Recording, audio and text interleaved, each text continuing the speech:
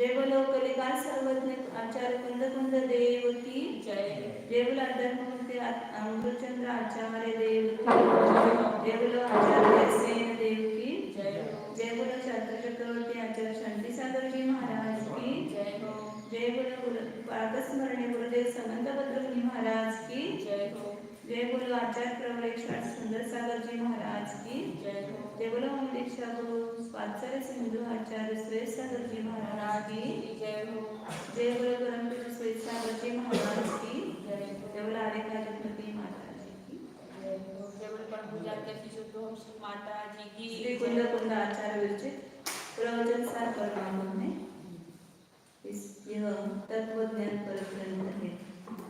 इसमें ज्ञान ज्ञेय की सिद्धि करके अपने जीवन में चारित्र किस प्रकार से प्राप्त हो इसका उपाय बताया है। कल अपने 11 नंबर की गाथा चल रही थी।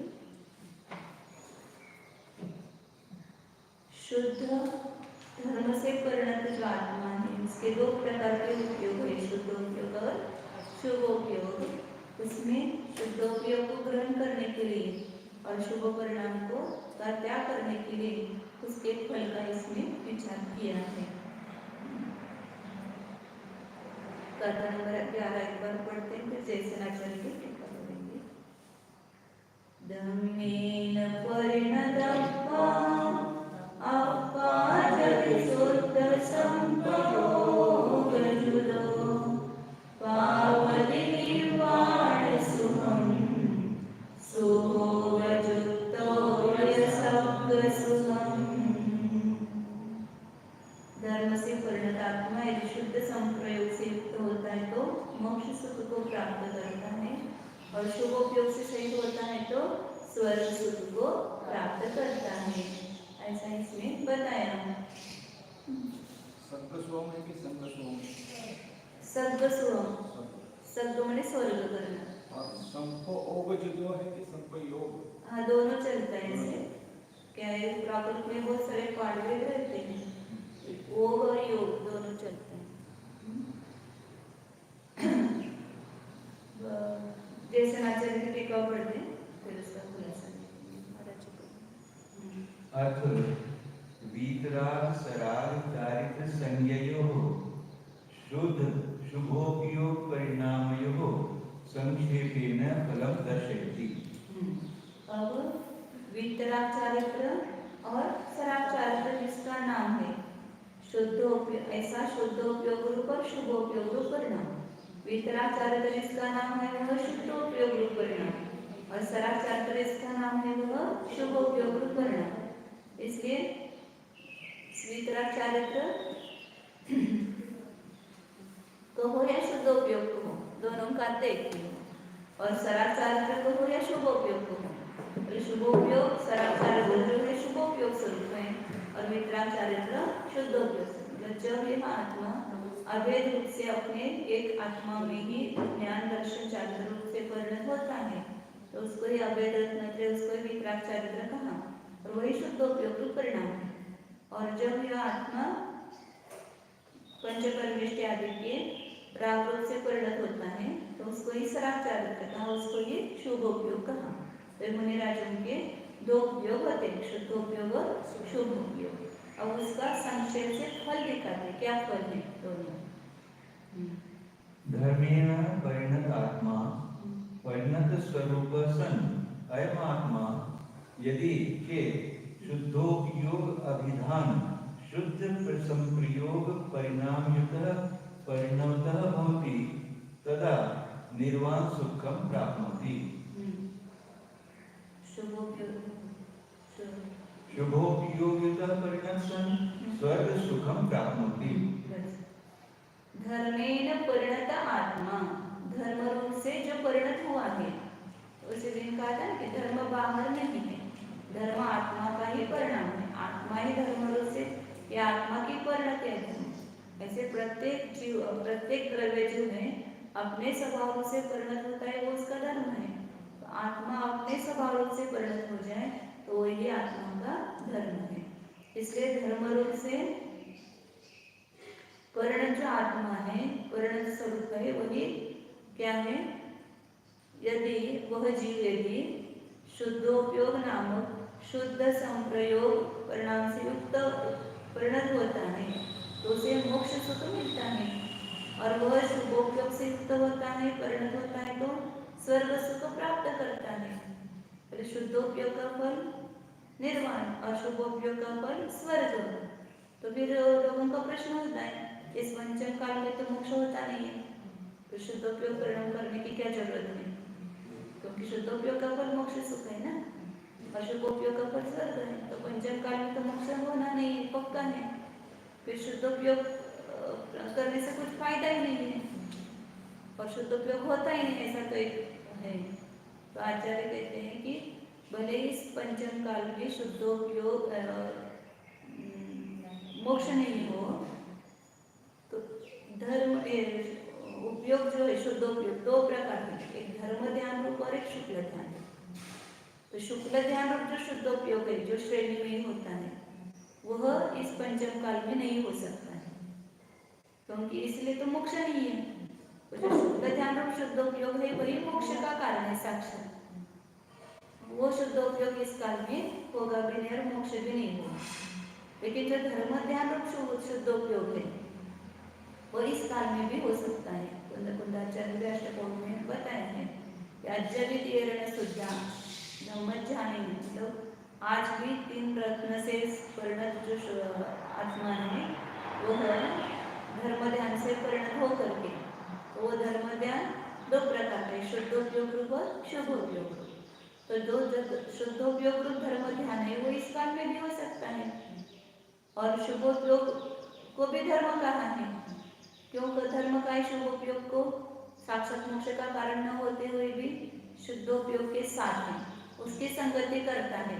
तो जैसी संगति होती है वैसा दूसरे को भी उसके ऊपर उपचार आता है।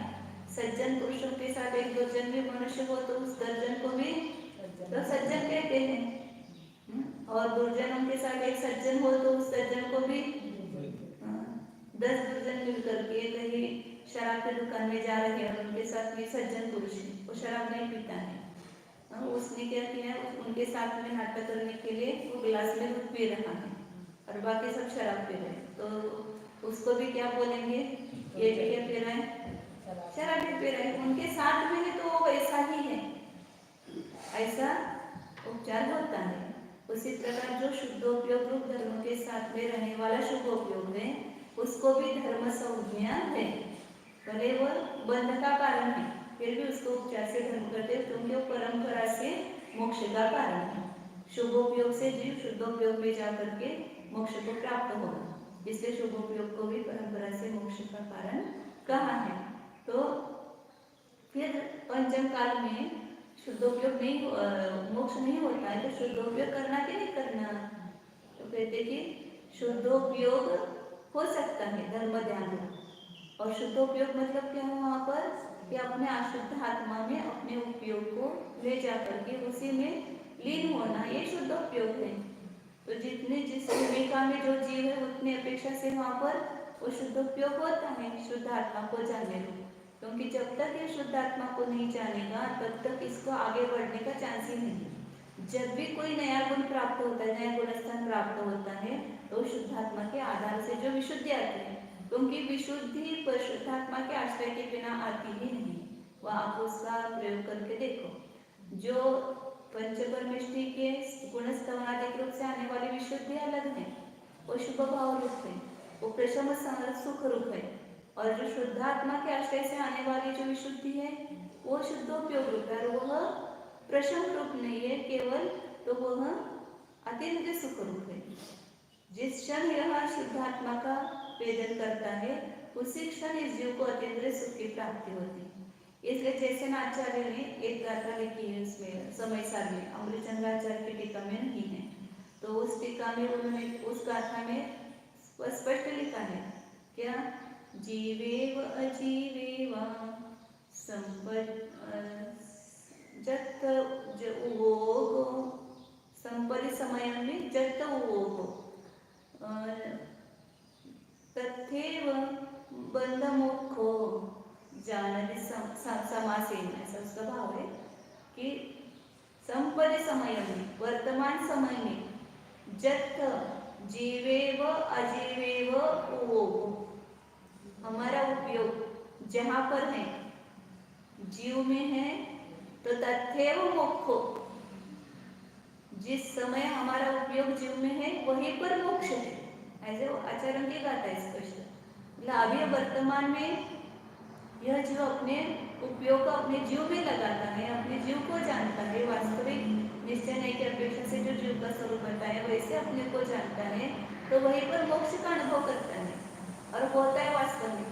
सिद्धों को क्या सुख है या आर्यंतों को क्या सुख है, कौन जानता है कि जो एक क्षण के लिए अपने आत्मस्वरूप में स्थिर होता है, वो जानता है इस प्रकार का सुख वहां पर है, इसलिए वो सच्चा मोक्ष होता है। वो सच्चा मोक्ष जाने की इच्छा करता है कि ऐसा निराकुल सुख एक क्षण के लिए मुझे यहाँ मिला है, ऐसा सुख परमानेंट वहां पर मिलेगा, तो इसलिए वो अवस्था मुझे कब प्राप्त हो, ऐसी भावना उसको अंदर से होती है। तो जब वो जीव में उपयोग लगा है उसी समय मोक्ष है।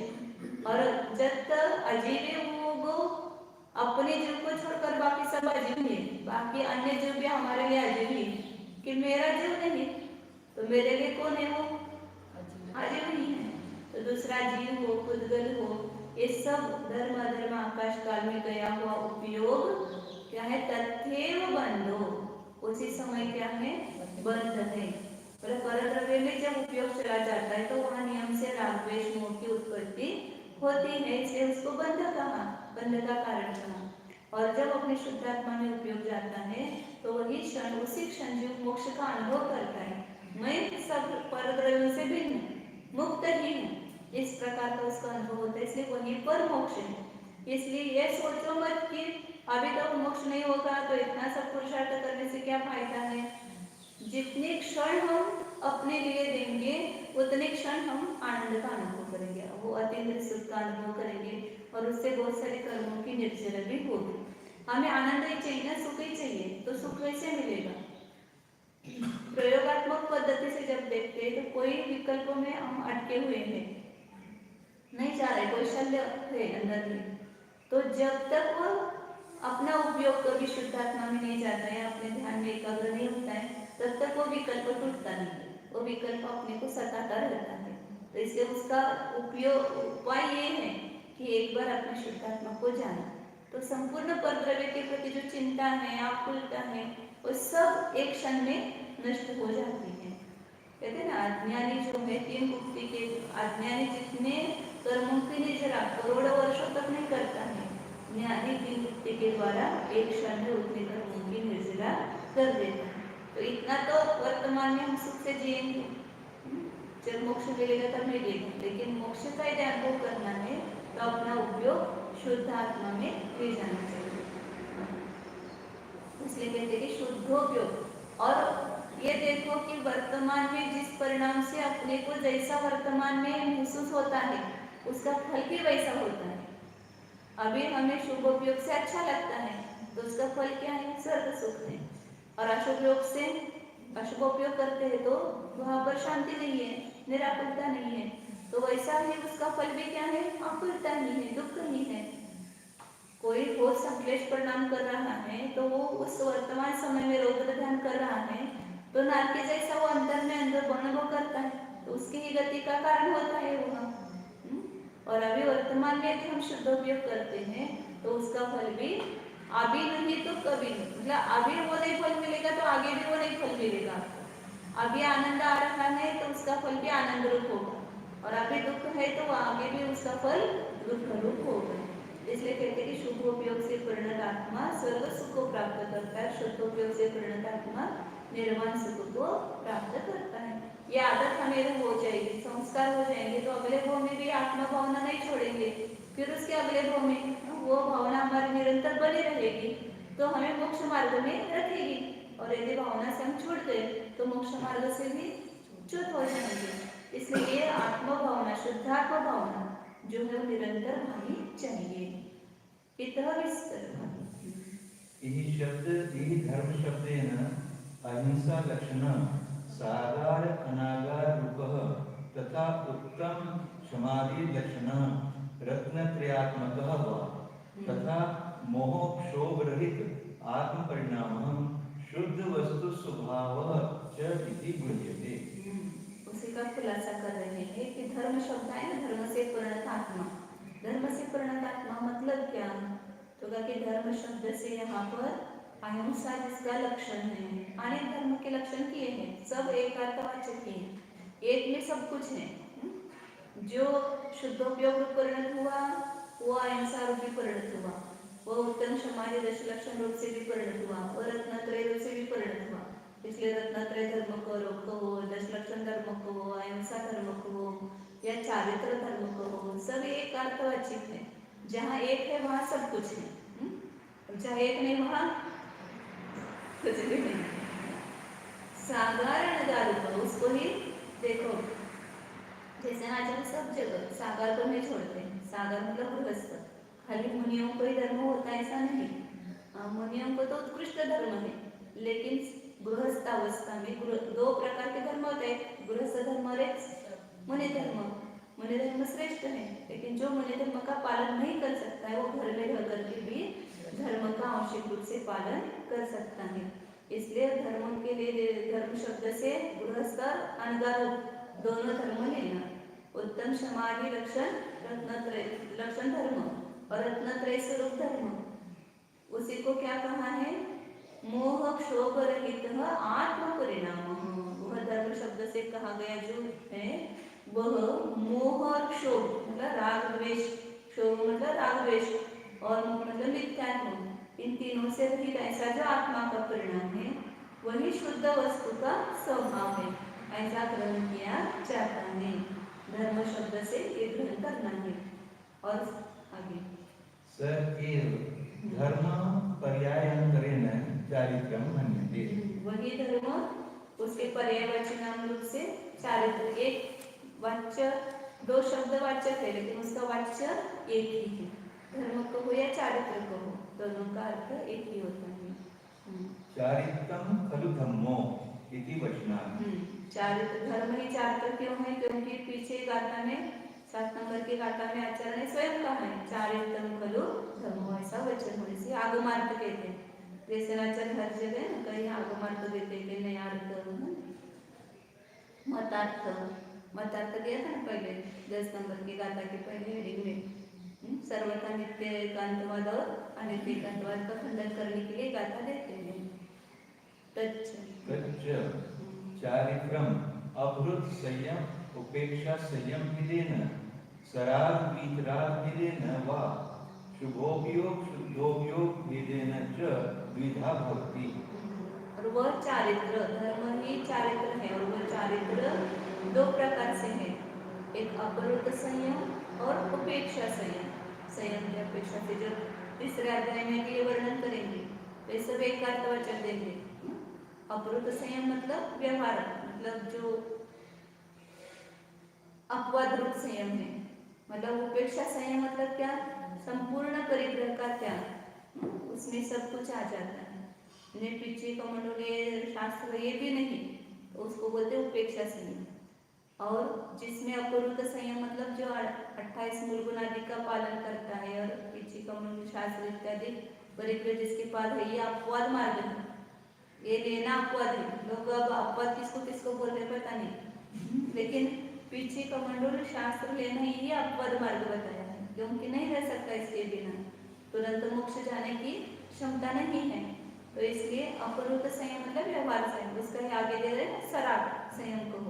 और उपेक्षा संयम मतलब वितराग संयम, वितराग चारित्र, उसको वितराग कहा। और उसी को शुभोपयोग और शुद्धोपयोग, अपरुत संयम को हो, सराग संयम को हो, शुभोपयोग को हो, तीनों एक अर्थवाचक है। छठे गुणस्थान में इसकी मुख्यता है। और उपेक्षा संयम, वितराग संयम, वितराग चारित्र को हो या शुद्धोपयोग को हो, ये तीनों एक अर्थवाचक है। उपेक्षा संयम मतलब पूर्णतः अपने आत्मस्वरूप में स्थिरता, रत्नत्रय रूप से परिणत होना। वितराग संयम का अर्थ भी वही है, और शुद्धोपयोग भी वही है।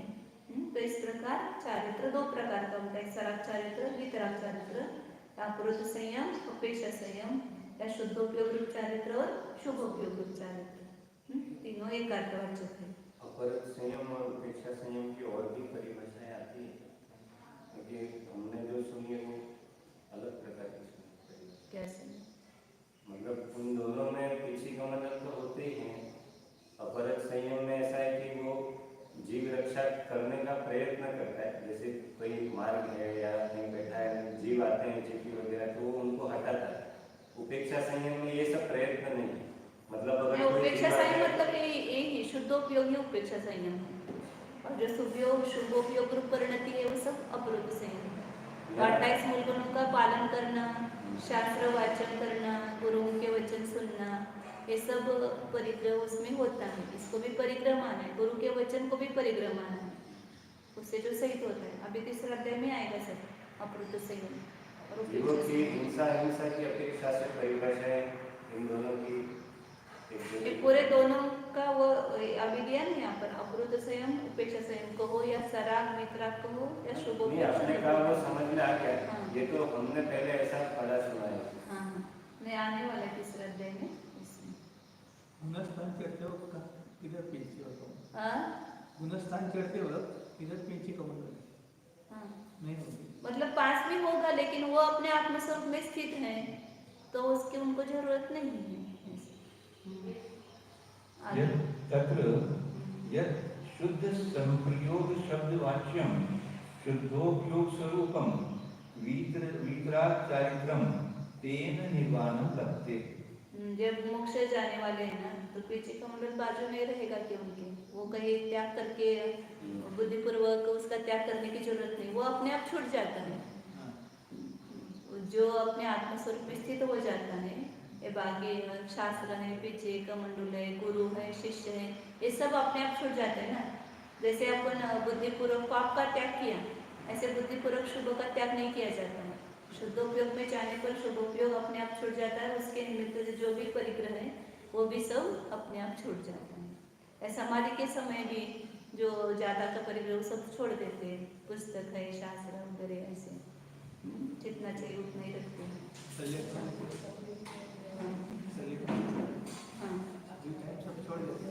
हाँ छोड़ते हैं।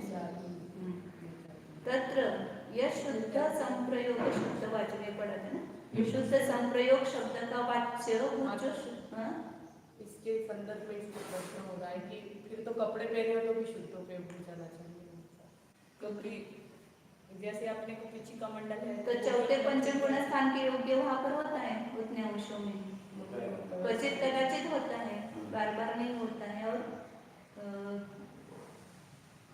कम मात्रा में होता है। उस कोटि का नहीं, हाँ। श्रेणी का नहीं। जितने कषाय सबके अभाव वहाँ पर होने पर जो शुद्धता है उतनी शुद्धता नहीं है, लेकिन शुद्ध आत्मा को तो वो जानता है, वेद विज्ञान इसको हुआ है, हमें ज्ञान है। 11 12 का विज्ञान हो सकता है, 11 हो गया, सुलोचना को भी 11 का ज्ञान था, पंचगुण स्थान और त्याग का थे, पुराण में आता है उसका उल्लेख। आगे तो शुद्धोपयोग स्वरूप, शुद्ध संप्रयोग शब्द का वाच्य जो शुद्धोपयोग है उसका स्वरूप जो ऐसा वितराग चारित्र, उससे निर्वाण की प्राप्ति होती है।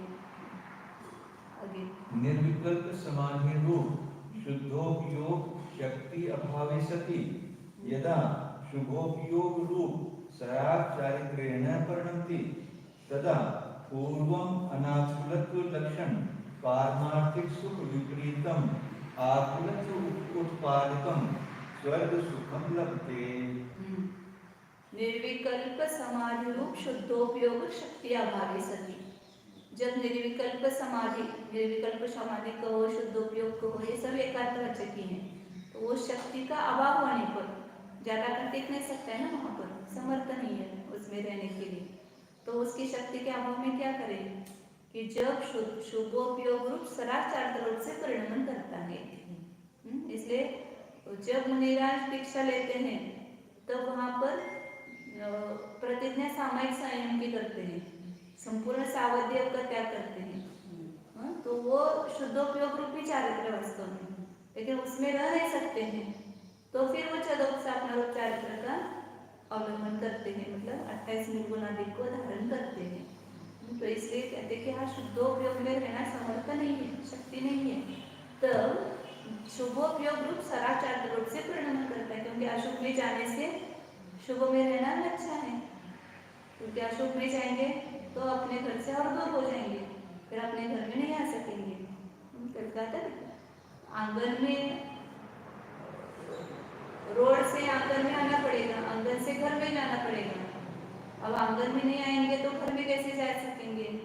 लेकिन रोड से आंगन में आए और आंगन में आकर के बहुत अच्छी तरह वहाँ उद्यान वगैरह लगा हुआ है, वहीं पर मस्त हो गए तो घर में जाना भूल जाएंगे। जैसे संवत्सरण में 7 ऋतुएं होते, उसके भूमिया, उसके बाहर सब नाट्यशाला नृत्यशाला पर होते हैं, वहाँ पर नाटक में देखने में, नृत्य देखने में मस्त हो जाएंगे तो अंदर जा सकेंगे क्या?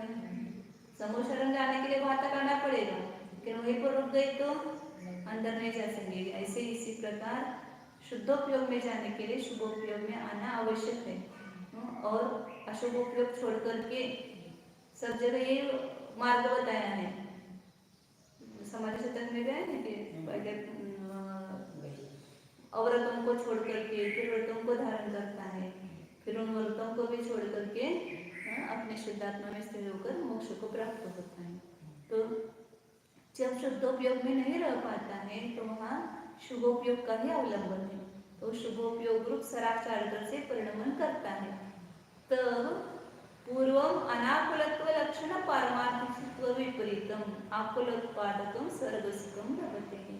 तब पहले अनाकुलता जिसका लक्षण है, जो पारमार्थिक सुख, ये स्वर्ग सुख कैसा है वो दिखा रहे। ये जैसे नाचर की विशेषता है, सब जगह कोई भी शब्द आता है ना उसका बराबर वाच्य तक पहुंचाते हैं। तो स्वर्ग सुख कैसा है?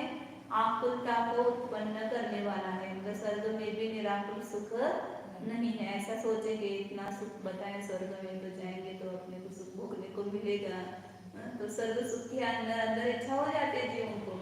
स्वर्गों का इतना वैभव लिखा हुआ है ना, तो कहते कि स्वर्ग सुख आकुलता को पैदा करने वाला है। और वो कैसा है? पारमार्थिक सुख से विपरीत है। जो वास्तविक आत्मिक सुख है वही निराकुल पारमार्थिक सुख है। उस सुख से यह स्वर्ग सुख आकुलता को पैदा करने वाला है। तो इसलिए अनाकुलता जिसका लक्षण है, से पारमार्थिक सुख से विपरीत आकुलता को उत्पन्न करने वाला स्वर्ग सुख को प्राप्त करता है। किससे? आप जितने भी मुनिराज भावलिंगी हैं सब यहाँ पर कितने अपने शुद्धात्मा का आनंद लेते थे और समाधि मरण करके कहाँ गए? स्वर्ग गए। अब वहाँ स्वर्ग जाने पर क्या मिल रहा है उनको? शुद्धात्मा भावना चल रही है, लेकिन यहाँ जैसा वो निराकुल सुख उनको मिला था वैसे मिलता है क्या? हमारा स्वर्ग सुख स्वर्ग में नहीं मिलता है। तो इसलिए उनको स्वर्ग सुख क्लेश का कारण लगता है। बोलते हैं ना कि मछली जो है उसको पानी से यदि बाहर आती है ब्रेक पर, तो उसको कैसा अग्नि में जला जैसा लगता है। ऐसे फिर साक्षात अग्नि में जाएंगे तो कितना जलेंगे। तो ऐसे जो अपने शुद्धात्मा में रहते हैं उनको शुभोपयोग में आना भी जलन जैसा लगता है, आकुलता जैसा लगता है। तो फिर अशुभ उपयोग में जाना तो बहुत दूर। इसलिए अब आगे सरकार सिद्धि वगैरह है तो उधर पे तो मतलब तो तब तक तो चर्चा वगैरह चलती रहती है और कुछ नहीं होता, तो फिर उधर भी आकुलता होती है। हाँ, आकुलता मतलब संयम नहीं है ना वहाँ पर। वो निराकुल सुख जैसे यहाँ पर प्रचुर मात्रा से आत्मा का अनुभव करते वैसा मन नहीं होता है। पश्चात परम समाधि, आगे पश्चात परम समाधि सामग्री सद्भावे मोक्षम च लभते इति सूत्रार्थ। वो शुभोपयोग चारित्र रूप से परिणमित होता है तो उसे स्वर्ग सुख मिलता है बाद में। इसलिए शुभोपयोग को परंपरा मोक्ष का कारण कहा है। वो शुभोपयोग को भी नहीं छोड़ना है, मतलब अशुभ में जाना ही नहीं बिल्कुल भी। अशुभोपयोग में शुभोपयोग को पकड़ के रखेंगे तो पुनः ऊपर शुद्धोपयोग में जाकर के मोक्ष को जल्दी प्राप्त होंगे। इसलिए पश्चात बाद में स्वर्ग से वहां से आकर के जब मनुष्य होगा और पुनः मुनि दीक्षा अंगीकार करेगा तो वहां पर परम समाधि रूप सामग्री प्राप्त होगी। तो परम समाधि सामग्री के सद्भाव में मोक्षम च लभते, मोक्ष को प्राप्त करता है। इसलिए शुभोपयोग को परंपरा से मोक्ष का कारण कहा है, लेकिन साक्षात वह स्वर्ग सुख का ही कारण बंध का ही कारण है। वो बंध कौन सा करेगा? शुभोपयोग से एवं पुण्य से पापस्य, पुण्य का बंध करता है। पुण्य के बंध करने से वहां पर स्वर्ग को प्राप्त करता है। तो इसलिए शुभोपयोग का फल स्वर्ग सुख है। तो उसको ग्रहण करने योग्य कि छोड़ने योग्य है, इसके लिए बता रहे हैं सब। आकुलता का उत्पन्न करने वाला है, इसलिए वो शुभोपयोग ही रहे। हाँ, नाविलास बोलते हैं मराठी में, इसको हिंदी में कहते हैं मतलब उसके दूसरा कोई पर्याय नहीं है, इसलिए शुभोपयोग का अवलंबन लेना पड़ता है। शुद्धोपयोग में ही रहने की इच्छा है, लेकिन शुद्धोपयोग में ज्यादातर नहीं टिक सकता है, इसलिए शुभोपयोग का अवलंबन मजबूरी, शुभोपयोग मजबूरी है, मजबूरी से लेना पड़ता है। और वहाँ नहीं लेंगे तो और ज्यादा खाई में जाकर के जल जाएंगे, अग्नि में जल जाएंगे, अशुभोपयोग की भट्टी में जलेंगे। इसलिए उससे बचने के लिए शुभोपयोग रूप से परिणत हो रहे, लेकिन उसको अंदर में यही जानते हैं। समय दृष्टि शुभोपयोग, समय दृष्टि के शुभोपयोग में और मिथ्या दृष्टि के शुभोपयोग में क्या अंतर है? तो मिथ्या दृष्टि शुभोपयोग को उपादेय मान करके करता है और समय दृष्टि शुभोपयोग को हेय जान करके करता है। दोनों में बहुत अंतर है। वो हमेशा उधर कहते हैं ना, बिल्ली जो है वो अपने मुंह में चूहे को भी पकड़ती है और अपने बेटे को, फिर अपने बच्चे को भी पकड़ती है। तो दोनों की पकड़ में समानता है क्या? उसके अंतर अभिप्राय में बहुत बड़ा अंतर है। अपने बच्चे को पकड़ती है तब तो इतना सावधानता से पकड़ेगी कि उसको अपना दांत भी न लग जाए, कुछ उसको दुख न हो, ऐसा उसको पकड़ती है। और चूहे को पकड़ते समय निर्दयता से पकड़ती है, उसको मतलब खाने के भाव से पकड़ती है। तो दोनों के पकड़ मुंह से पकड़ा, लेकिन दोनों के पकड़ में अंतर। ऐसे मिथ्या दृष्टि के और समय दृष्टि के अभिप्राय में शुभ उपयोग करते हुए बहुत बड़ा अंतर है। और वो अभिप्राय का ही उसको फल मिलता है कि अंतिम समय तक मिथ्यात्व का बंध होता है। कितना भी शुभ उपयोग करे, कितना भी मनोरथ पाले, तो भी मिथ्यात्व का बंध उसके छूटता है। अनंतानुबंधी कशार मिथ्यात्व का, वो उसके मिथ्या मान्यता जो अंदर अंदर में पड़ी है, मिथ्या अभिप्राय, उसका फल उसको मिलता है। देवों में शुद्धोपयोग चतुर्थ गुणस्थान योग्य शुद्धात्म भावना रहती है वहाँ पर। जो भी इसमें देशनाचार की टीका में बार बार आता है ना कि वहाँ पर भी यहाँ जो अपनी शुद्धात्म भावना को नहीं छोड़ता है, भले शुभ उपयोग से उसको स्वर्ग सुख मिला, लेकिन वहाँ स्वर्ग में जाने पर भी वो अपनी शुद्धात्म भावना को नहीं छोड़ता है। शुद्धात्म भावना छोड़ेगा तो समय दृष्टि नहीं बना रहेगा, तो उसका समय तो टिका रहता है।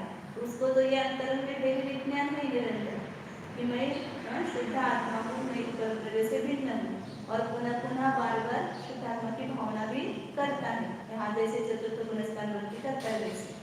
और वहाँ से चुप होकर के जब मनुष्य में आएगा तो वहाँ पर 8 वर्ष के बाद पुनः मुनिव्रत धारण करके स्वयं को धारण कर सकता है।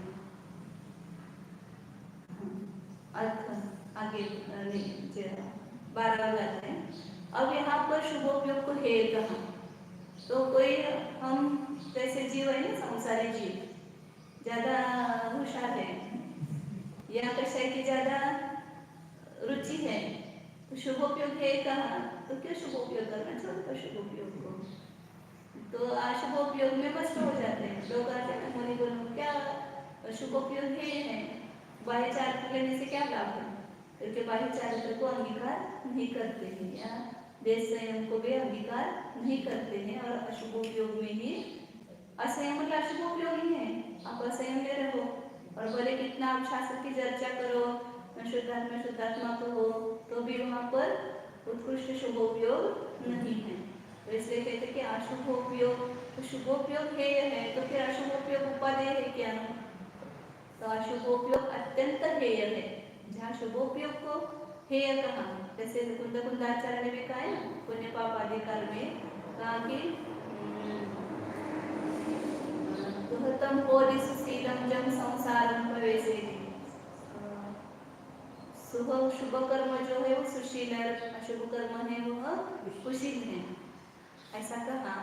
तो वहाँ पर जो सुशील कहते हैं वो सुशील कैसे कि जो संसार में प्रवेश कराता है शुभ कर्म, उसको सुशील कैसे कहा? कह सकते हैं। ऐसा क्या, और कुशील के संसर्ग से, जैसे लोगों को मतलब कभी भी कुशील की संगति से उसको भी कुशील ही कहते हैं ना। तो इसी प्रकार जो पुण्य की संगति करता है वो कुशील है, ऐसा उसमें आया है। तो वहाँ पर पुण्य जो है वो है हेय कहा, तो पाप को परे कहा है क्या? तो इसलिए आचार्य कहते कि जहाँ पुण्य अशुभोपयोग है कहा है, वहाँ अशुभोपयोग तो हेय ही है ही, क्योंकि मुनियों के जीवन में अशुभोपयोग को तो स्थान ही नहीं होता है। इसलिए आगे अशुभोपयोग परिणाम का फल बता रहे हैं। 12 नंबर की गाथा की उत्थानिका है। अथ चारित्र परिणाम संपर्क असंभवात् अत्यंत हेयस्य अशुभ परिणामस्य फलम आलोचयति। चारित्र के परिणाम का संपर्क भी जिसको नहीं है असंभव होने से। पिछली गाथा में क्या बताया था? चारित्र परिणाम का संपर्क ऐसे दो उपयोग है, शुद्ध उपयोग और शुभ उपयोग। लेकिन अशुभ परिणाम को चारित्र परिणाम का संपर्क भी नहीं है, मतलब जिनको चारित्र है उनको अशुभ परिणाम होता नहीं है। चारित्र परिणाम का संपर्क का अभाव होने से अत्यंत हेय ऐसे अशुभ परिणाम के फल की आलोचना करते हैं। आलोचित यह शब्द, आलोचना हमेशा किस शब्द में आता है? दूषित शब्द में आता है ना। इसलिए आचार्य ने यहाँ पर कहने के अर्थ में आलोचित शब्द रखा है। विभावयति, आलोचित मतलब एक एक जो रामचंद्राचार्य की जो शब्द शैली है ना वो देखने योग्य है कि अत्यंत हेय ऐसे अशुभ परिणाम की आलोचना करते हैं, मतलब उसको दोष देते हैं, उसके फल का विचार करते हैं। आलोचना कर फल विचार भी आता है। आगे बताते हैं। असुहोदयेन आदा पुनरोतिरियो भवीयणेरय्यो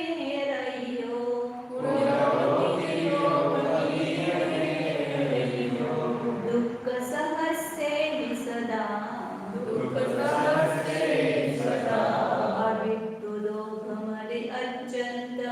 अविद्युदोघमलि अत्यन्तम् असुहोदयेन आदा पुनरोतिरियो भवीयणेरय्यो दुःखसहस्रेण सदा अविद्युदोघमलि अत्यन्तम्। असुहोदयेन अशुभ के उदय से, मतलब पूर्व में अशुभ उपयोग किया, उसके निमित्त से जो अशुभ कर्म का बंध किया, पाप कर्म का बंध किया, उसके उदय से आत्मा क्या होता है? पूर्ण रोग। मनुष्य गति भी मिलेगी, लेकिन कौन सी मनुष्य गति मिलेगी? कुमनुष्य गति। कुमनुष्य गति 3 है, एक कुभोग भूमि, एक मनुष्य में भी म्लेच्छ होना, और तीसरा है अलग पराकृत मनुष्य होना। ये तीनों कुमनुष्य है। पूर्ण रोग पुनर् होता है, मनुष्य भोग भी मिला और मनुष्य भोग भी मिलेगा तो उसमें सबसे दरिद्र नीच कुल में उसका जन्म होगा। नीच कुल में भी अत्यंत दरिद्रता में उसका जन्म होगा, जो अशुभ कर्म का फल रूप से मनुष्य होता है। जैसे देवगति बताए थे ना, देव दुर्गति, आदियोग के विषय वगैरह देव होता है, असुर देव वगैरह होता है। इसी प्रकार यदि मनुष्य भूमि उत्पन्न भी हुआ, लेकिन पूर्व में यदि उसने पाप कर्म से अशुभ उपयोग से वो मनुष्य गति बांधी है, तो अत्यंत नीच कुल में उसका जन्म होगा, और नीच कुल में भी अत्यंत दरिद्रता में उसका जन्म होगा। दरिद्र होकर भी ऐसे ऐसे उसके रोग होंगे, आप देखते जाते हो कई इधर उधर फुटपाथ पर वगैरह बैठे हुए रहते हैं लोग। अभी बहुत कम है, पूरा पहले तो बहुत होते थे, अभी थोड़ा ये हुआ है सुधार। तो वो सब कितने उनको कुष्ठ रोग, उंगलियां कट गई है सब, ऐसे कुष्ठ रोग है, महारोग है, अनेक प्रकार के रोग से वे पीड़ित। आप बेड में जाते हैं तो देखते हैं कि किसी को पाँव नहीं है, हाथ टूटा हुआ है, भीख मांगता हुआ आता है, सबके हाथ पसारता है। तो ऐसा मनुष्य होकर भी क्या लाभ? ये मनुष्यपना किसका फल है? ये मनुष्यपना पूर्व जन्म में किए हुए अशुभ उपयोग का फल है। ऐसा मनुष्यपना प्राप्त होना, वो अशुभ पहले अशुभ किए बिना इस प्रकार की उसकी अवस्था नहीं हो सकती है। हमें उनको देख करके अभी दया आती है, लेकिन वो दया वहां पर विचार करो कि अवस्था उनको प्राप्त ही क्यों हुई, क्या उन्होंने ऐसा किया होगा कि जिससे उनको इस प्रकार की अवस्था प्राप्त हुई है। हम भी यदि वो करेंगे तो अगले भाव में हमारी भी ऐसे दशा हुई ना। आज ऐशाराम बड़ा आलीशान बंगला मिला है, एक लड़का है, 2 माता पिता और एक लड़का, उस घर में रहते इतने बड़े बड़े घर में, इतने सब अनुकूलता है, लेकिन धर्म नहीं करने की सोचती है, शुभ उपयोग नहीं करता है, मंदिर के दर्शन के लिए नहीं जाता है, स्वाध्याय नहीं करता है, गुरुओं की उपासना नहीं करता है, तो आज मिली हुई संपत्ति वो अगले जन्म में नहीं मिलेगी। ऐसे मनुष्यपना होना पड़ेगा जो आज दूसरे लोगों को हम देख रहे हैं। इसलिए पूर्ण रहे, अशुभ उपयोग का फल है। तिरियो तिर्यंच का भी देख रहे हैं हालात, कैसे कैसे उनको परेशानियां हैं। आज वो गाय है, भैंस है, उनको किसी ने खाने को नहीं दिया एक टाइम, कुछ बोल सकते हैं? कुछ नहीं बोल सकते। तो दुख अपने आप ही सहन करना पड़ता है ना।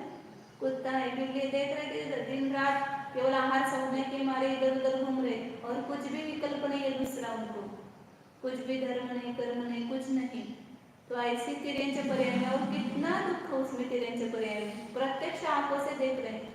कितने तो गाय भैंस आदि को इतना भार वहन करना पड़ता है, चाबुक से मार मिलता है। तो उसमें अपने को देखो, हम भी वैसे थे, तो वैसे हमने भी मार खाया है, वैसे हम भी चीरे गए हैं।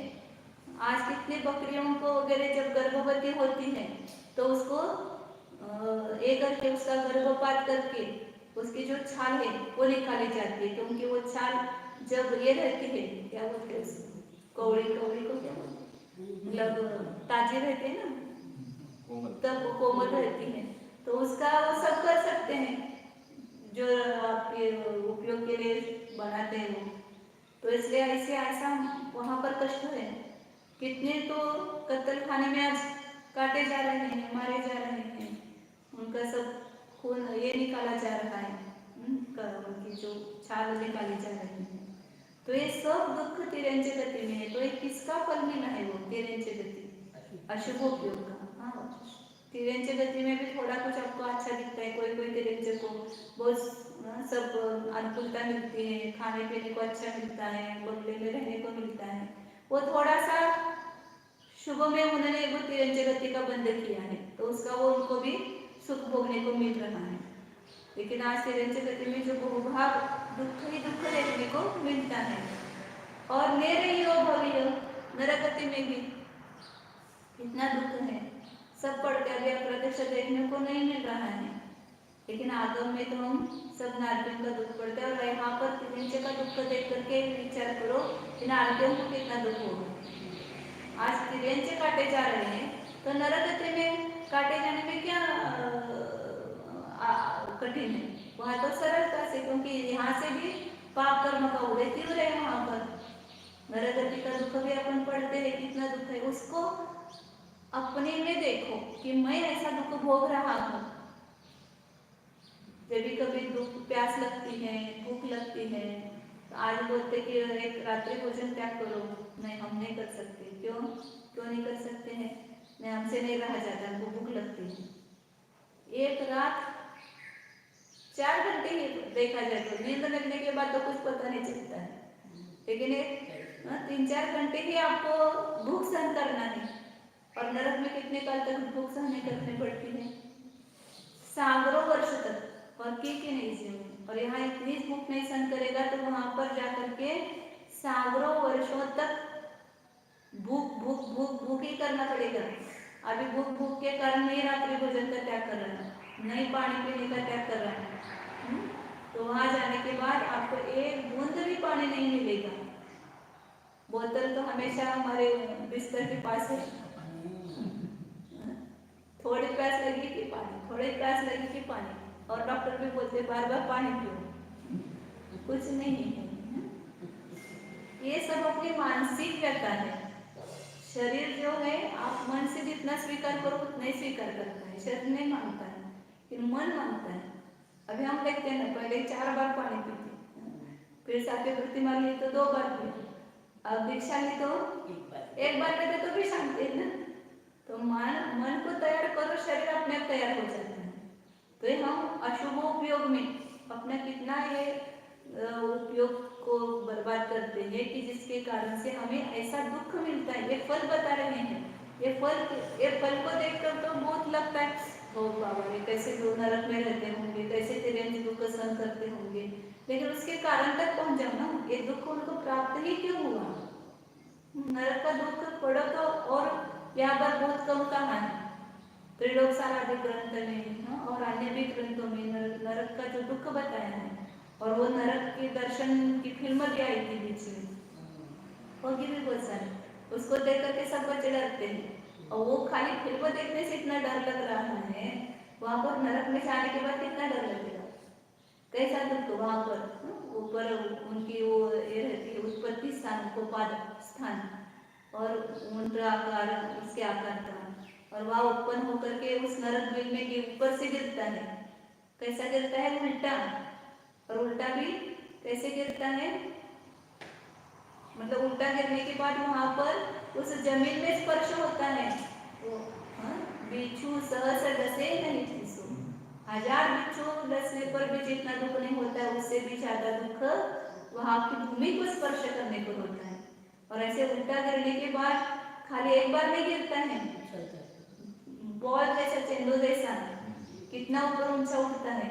तो 7वें नरक में 500 योजन ऊपर उठता है, गिरने के बाद गिरेगा, फिर 5 योजन ऊपर उछलेगा, वापस गिरेगा, वापस उछलेगा, ऐसा कितनी बार चेंडू जैसा उछलता फूटता रहता है।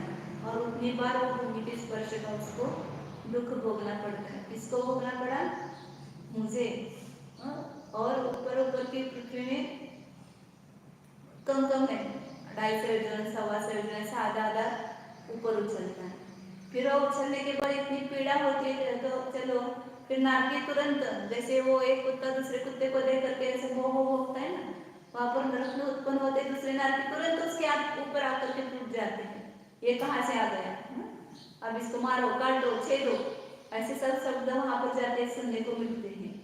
तो बहुत डर जाता है। फिर वो डर के क्या करता है, पहाड़ के ऊपर जाकर के बैठता है। तो वहाँ बड़े बड़े पत्थर उसके, वो सब नारकी कहते हैं उसको, कष्ट पत्थर उसके शरीर पर गिर जाते हैं।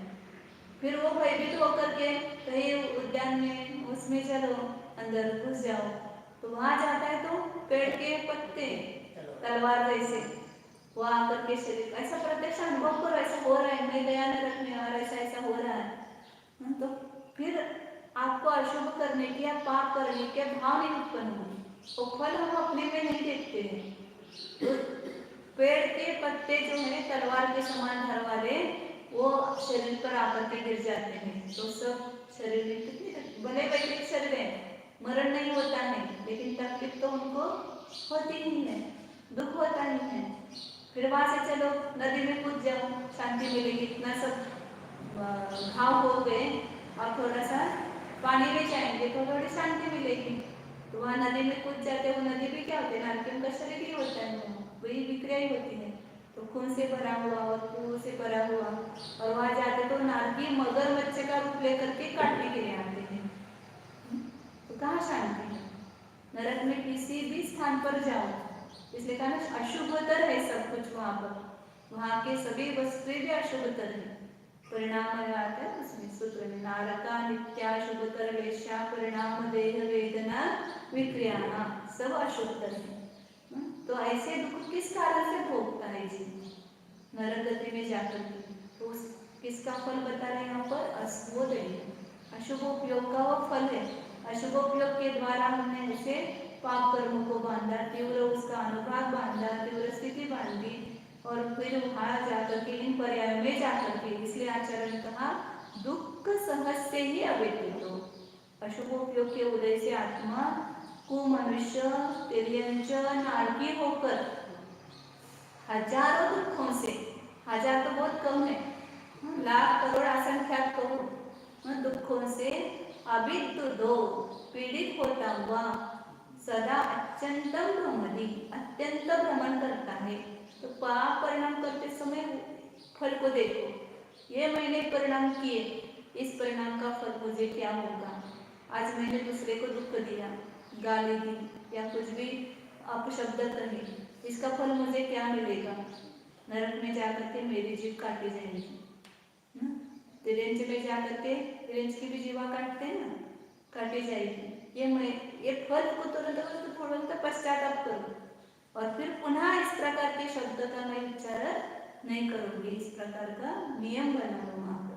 तो ये अशुभ उपयोग कैसा उपाधि हो सकता है कि जिसका फल इतना दुखदायक है, वह अशुभ उपयोग तो अत्यंत हेय है और चारित्र परिणाम के साथ तो ये रहता नहीं है।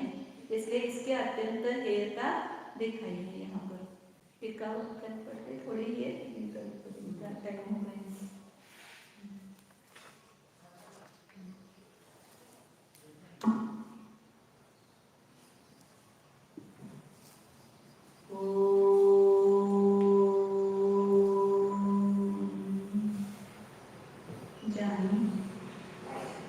अपनी शुद्ध आत्मा को सुनो। शुद्ध आत्मा मतलब पवित्र से रागादि विभावों से रहित, जो त्रिकाल ध्रुव अनादि अनंत है, इसी को शुद्ध आत्मा कहते हैं। मैं ही शुद्ध आत्मा हूँ।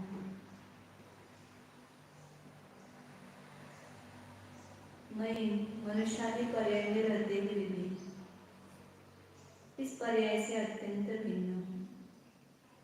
शरीर में रहते हुए भी शरीर से अत्यंत भिन्न हूँ। 8 कर्मों के बीच रहते हुए भी कर्म से अबद्ध स्पृष्ट हूँ। देखिए अपने को अबद्ध स्पृष्ट। ये शुद्ध चैतन्य में असंख्यात अमूर्तित प्रदेश, किसी से टच नहीं है, स्पर्श नहीं है, न किसी से बंधे हुए हैं, अपने में ही है, मुक्त है, सदा मुक्त है। ऐसे इस शुद्ध जीव वस्तु में अहम बुद्धि स्थापित कीजिए। यही मैं हूँ, यही मेरा स्वरूप है। इस स्वरूप की प्राप्ति ही मोक्ष है।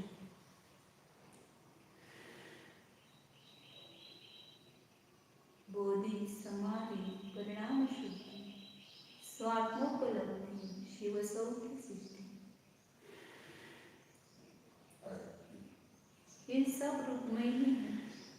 बोधि स्वरूप में ही है, समाधि स्वरूप में ही है, मैं ही स्वात्मोपलब्धि स्वरूप। देखिए अपने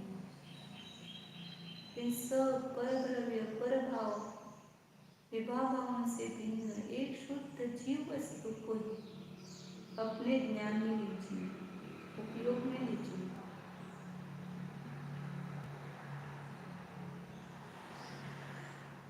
शुद्ध चैतन्य घन स्वरूप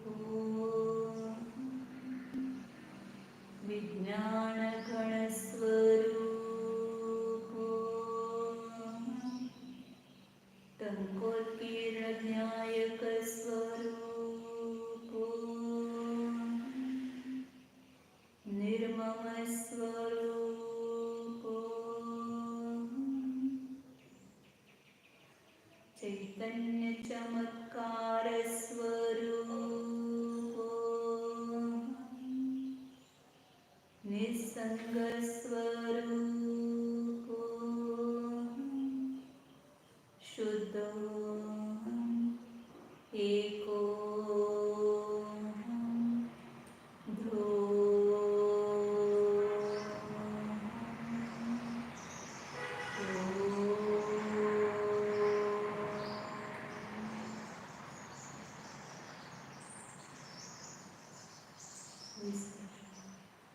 नमो